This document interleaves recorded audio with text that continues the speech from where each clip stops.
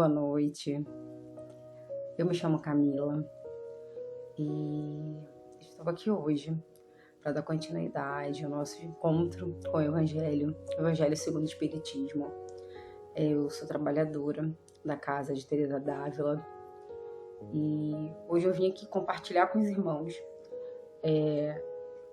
o que eu tive de compreensão da leitura e pude também trazer para a atualidade, para a minha vivência, para a gente poder compartilhar. E aos irmãos que não tiveram a oportunidade de fazer a leitura anterior do estudo de hoje, que façam, junto conosco e que tenham a oportunidade, depois de poder sentar, estudar, compreender, debater, com seus próximos, sobre essas palavras que nós iremos discorrer durante esse tempinho que a gente tem junto, para poder pensar, refletir sobre os estudos as palavras, que nos são entregues pela espiritualidade. Antes da gente dar início mais esse capítulo do Evangelho segundo o Espiritismo, vamos nos ambientar, com toda essa vibração de estudo, de aprendizado, para que a gente possa absorver, tudo que venha a ser intuído, que venha a ser anexado, na nossa caixa, no nosso cérebro e na nossa alma, principalmente. Então, nesse instante, vamos entrar em vibração mesmo pacífica, vibração de concentração, para que a gente possa, com esse trecho do Evangelho e posteriormente com um trecho também do nosso livro da vida, da Patronese Santa Teresa d'Ávila, que nós possamos fazer o estudo concomitante. Antes disso, vamos iniciar com a nossa prece. Nosso Pai, Deus amado, que nos intui, nos dá oportunidade, nos dá mente aberta e coração também aberto para os novos aprendizados, para novas compreensões das leituras que nós fazemos atualmente, das leituras que nós fazemos anteriormente. Esteja conosco aqui nesse momento, dê luz às nossas mentes, olhos abertos, que não só os nossos olhos, propriamente ditos, estejam abertos, que os nossos olhos da alma e da nossa mente possam estar conectados, para que nós possamos, apesar de discorrer numa leitura, compreender, analisar e absorver de fato, a mensagem que essa noite está sendo preparada, lapidada e polida para nos ser entregues. E que cada um nos seus lares possam receber essas palavras como ensinamento, de fato, que palavras escritas há tanto tempo sejam tão atuais e contemporâneas, E a leitura espírita, ela é muito assim. Ela transcorre o tempo e nos molda a cada época que nós estamos. Obrigada por essa oportunidade, tanto para mim, de ter feito a leitura anterior, e dos nossos irmãos e amigos que também estejam nesse momento, que nós possamos agora parar esse tempinho para poder compreender e discorrer sobre essa leitura. Muito obrigada pela oportunidade. Pedimos permissão para dar início a mais um estudo do nosso encontro com o Evangelho. Assim seja. Então, meus irmãos, nós vamos hoje falar, dar continuidade ao estudo do Evangelho segundo o Espiritismo. Vamos transcorrer acerca do capítulo 17. Hoje, dando continuidade ao capítulo 17, que sede perfeitos, e o item 9, que trata sobre o tema, né? Os superiores e os inferiores. Quando eu tive a oportunidade de ler novamente esse capítulo, e especificamente esse item, eu consegui fazer uma associação, né? Eu sou uma pessoa que trabalho muito a minha mente com associações. Então, para poder estudar, para poder lembrar das coisas, para a minha vida cotidiana. Então, quando eu li, eu trouxe para uma situação de fato que ocorreu hoje, né? No dia de hoje, no qual eu estou conversando com os irmãos. Então, eu pude fazer uma associação, um link, né? A gente chama de link. Um link muito rápido sobre isso. Sobre superiores e inferiores. E aí, no capítulo, ele começa, né? O capítulo 17, no item 9, né? Que é o nosso item de hoje, ele diz que os superiores e os inferiores. A autoridade, da mesma forma que a fortuna, é uma delegação da qual aquele que a possui terá que prestar contas. Não acrediteis que ela lhe seja dada para proporcionar o vão prazer do mundo, nem como um direito ou uma propriedade, como erradamente os poderosos da terra acreditam. Deus, entretanto, constantemente lhes prova que não é nenhuma coisa nem outra, visto que a retira quando deseja, né? Então, assim, o trecho inicial diz o quê? Os superiores e os inferiores, da oportunidade, né? Que Deus dá de... O que é a autoridade? A autoridade, dentro da doutrina e dentro das nossas leituras, dentro do evangelho, a gente consegue atrelar ela à autoridade e à riqueza. Elas são missões, né? Aqui mesmo na leitura está dizendo isso.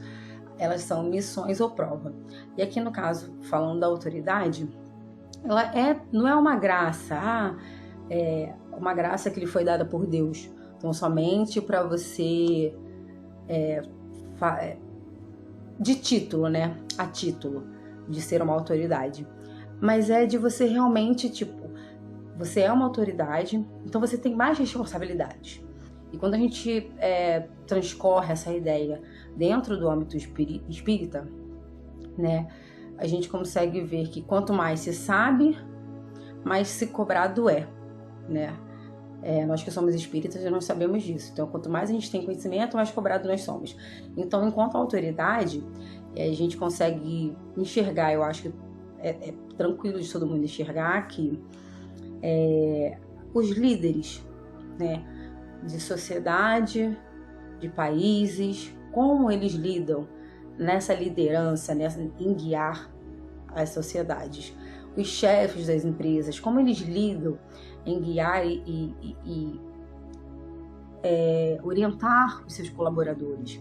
Os líderes religiosos, como eles conseguem imprimir as ideias de bem, de caridade, com seus agregados, né?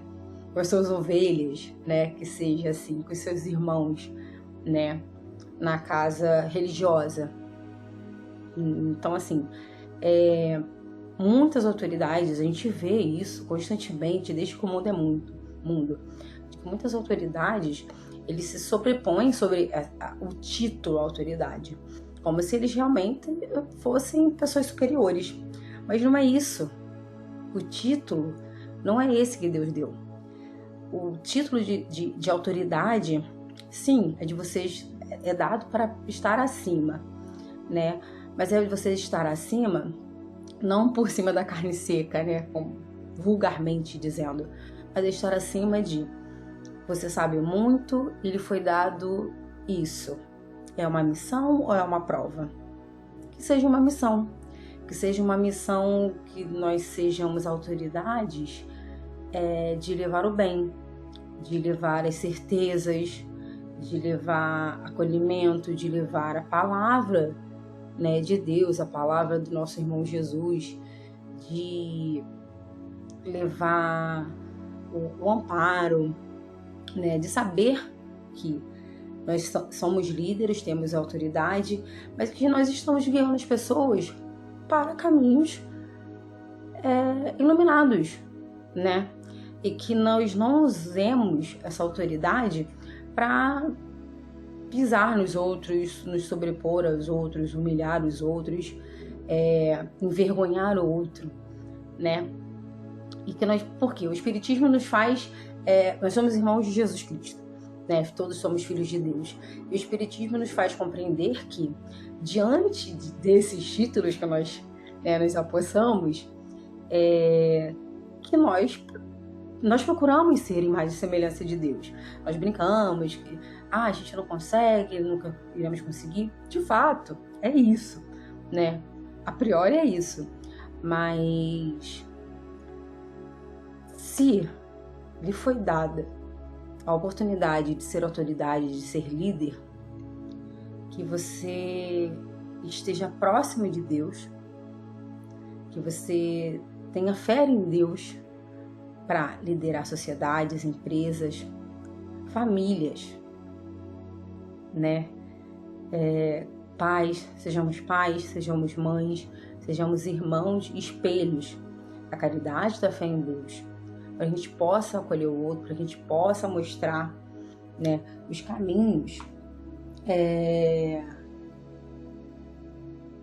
de bons exemplos e não de maus exemplos, né? E assim como um líder, ele precisa ser um bom exemplo, o subordinado, né, que no caso seria o inferior, que ele esteja à posição, naquele momento, de seguir as orientações do seu líder, né, da sua autoridade.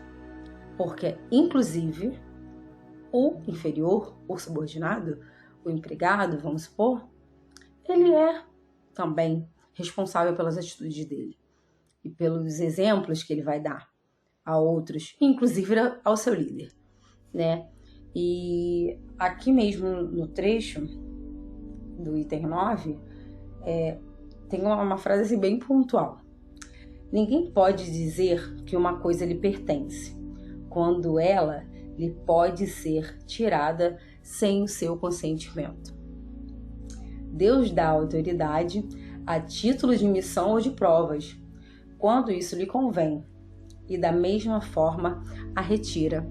Então nada é nosso, nada nos pertence. Que, inclusive, estudando o Evangelho, a gente consegue linkar agora com o estudo do livro da vida, né? Onde, aqui no nosso capítulo 20, item 7, nossa patronese, nossa irmã, né, Santa Teresa de Ávila, ela nos diz, né, nos relata sobre a experiência da oração. Esse livro é uma autobiografia, todos nós sabemos que, para ilustrar, né, para ficar de fácil entendimento, talvez, Santa Teresa d'Ávila é PhD em oração. Então, assim, ela faz daquela pessoa que nunca teve conexão, nunca teve intimidade com Deus, ela faz essa pessoa orar, né? Então, assim, no livro da vida, capítulo 20, item 7, Santa Teresa d'Ávila, ela relata sobre essa experiência, né, com a oração e sobre a necessidade de que tenhamos fé em Deus. Precisamos ter fé em Deus,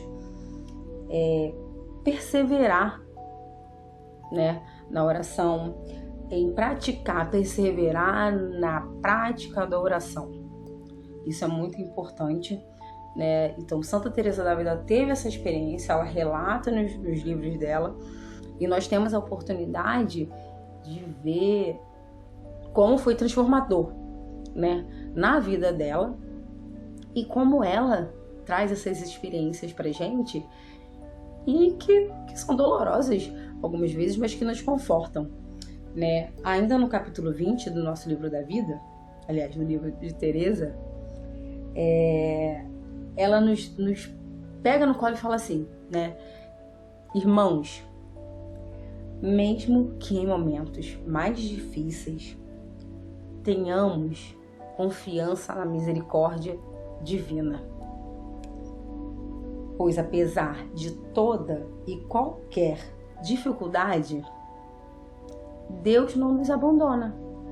Então, não é esperar a dificuldade surgir, nem criar dificuldade, porque nós somos seres humanos, somos falhos, enfim, às vezes nós criamos algumas dificuldades, né, pra gente e pros outros, inclusive, né, mas ela diz aqui, pera lá, nós estamos em momento de oração, a sua arma é a oração, né, a sua arma é teu favor, a favor do outro, que está no seu convívio, que está no seu círculo. Então ela diz isso, pra gente ter mais fé na misericórdia divina, apesar das nossas falhas. E aí, dando continuidade, pois apesar de toda e qualquer dificuldade, Deus não nos abandona. E ela diz que os que se dedicam à oração, vocês, nós que nos dedicamos à oração, ainda que seja aquela de ao levantar, ao fazer uma refeição, ao sair de casa, ao se deparar com uma situação que seja difícil, ela diz para nós que podemos e devemos e precisamos ser pacientes e humildes e perseverarmos na prática da oração.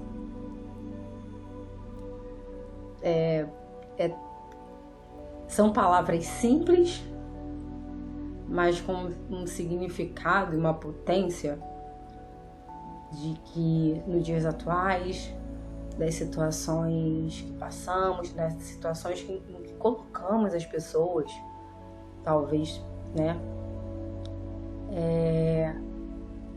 que nós devemos perseverar em oração, porque a oração, de fato, é uma das coisas a oração, de fato, é uma das expressões divinas e angelicais que nos foi entregue. E hoje, nessa noite de explanação, de estudo, de comentários aqui entre a gente, que isso fique mais latente. Que quem já tem um hábito da oração constante, graças a Deus.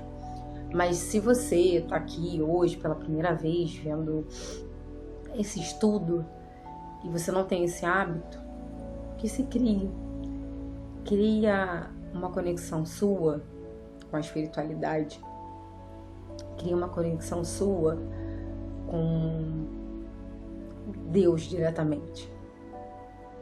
Porque para você orar, você não precisa de ponte. Você não precisa de ninguém mais, a não ser você, despido de qualquer autoridade, despido de qualquer título. Basta você, a sua fé, a sua perseverança de fazer a oração necessidade, assim como beber água, né? Que tenhamos a noção e a certeza de que a oração, ela não move montanhas, porque nós não somos nem tão grandes assim. Mas a partir do momento que nós estamos em constante conexão com a espiritualidade, com Deus, com o nosso irmão e amigo Jesus Cristo, que essa oração, ainda que simples, ainda que envergonhada, seja tão íntima que chegue diretamente a Deus e que dali você possa realizar orações que se espalhem, que tomem proporções assim imensuráveis, literalmente proporções sem medida. Muito obrigada pela oportunidade dessa conversa hoje acerca dessa leitura muito gostosa, e foi um bálsamo de fato, o livro da vida no dia de hoje, que ao levantar, toma um copo de água, ore. É nítido, você vai perceber o quanto a semana, a vida, o dia, sua cabecinha e seu coração vão mudar pro bem, é claro, sempre, é o que a gente sempre busca e batalha. Muito obrigada, vamos encerrar essa noite de estudo com agradecimento por todo impeditivo diante das orações que eu realizei, que vocês realizaram, em ter encerrado uma semana, iniciar uma nova, que nós possamos tratar a oração não como algo impossível para nós que somos simples, mas que nós possamos tratar a oração como algo tão nosso quanto dos outros que nós vemos. E que nós possamos não aprender a orar, mas aprender a agradecer muito mais nas orações, e que nós possamos também não pedir, somente para nós, e que nós possamos expandir o bem das nossas orações aos nossos lares, aos nossos próximos, ao nosso bairro, ao nosso trabalho, à nossa cidade, ao nosso município, ao nosso país, ao nosso planeta. Muito obrigada pela espiritualidade amiga da casa, pela nossa patronese, por estar sempre nos amparando, nos dando perseverança, fé em Deus e na misericórdia divina. Assim seja, graças a Deus. Boa noite.